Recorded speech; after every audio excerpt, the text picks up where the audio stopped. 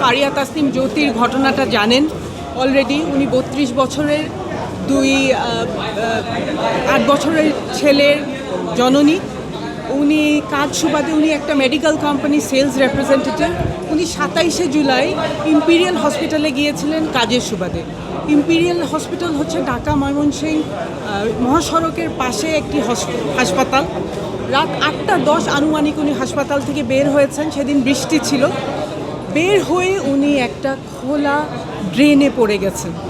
সঙ্গে সঙ্গে পুলিশ এসেছে, ফায়ার সার্ভিসের মানুষ এসেছে ওনাকে উদ্ধার করতে, কিন্তু 37 ঘন্টা লাগলো। 37 ঘন্টা পর 2.5 কিলোমিটার দূরে ওনার মৃতদেহ পাওয়া গেল। সো এই দায়িত্ব কার? এই দায়িত্ব সরকারের, রাষ্ট্রের, এই দায়িত্ব ইউনিয়ন পরিষদের, এই দায়িত্ব মেয়রের, এই দায়িত্ব মিনিস্ট্রি অফ রোডস অ্যান্ড হাইওয়েজের। সো আমরা এই ঘটনার প্রেক্ষিতে একটা পাবলিক ইন্টারেস্ট লিটিগেশন ফাইল করেছি। পেটিশনাররা হচ্ছে ব্লাস্ট এবং আইন ও সালিশ কেন্দ্র।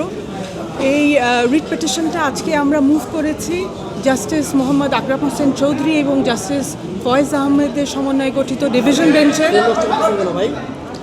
আজকে রুল জারি হয়েছে প্রাথমিক শুনানির পর এবং ডাইরেকশনও দেওয়া হয়েছে। কোর্ট বলেছে যে ড্রেনটি রক্ষণাবেক্ষণের ব্যর্থতা এবং মিস তাসনিমের মৃত্যুর কারণ অনুসন্ধানের জন্য একটা কমিটি গঠন করতে হবে। কমিটির রিপোর্টটা কোর্টের সামনে 90 দিনের মধ্যে প্লেস করতে হবে।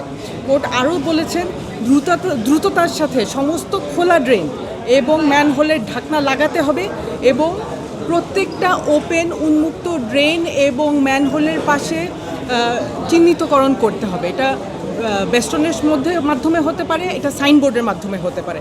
এবং কোর্ট এও বলেছেন যে তদন্তের ফলাফল এবং গৃহীত পদক্ষেপসমূহ জনসম্মুখে প্রকাশ করতে হবে।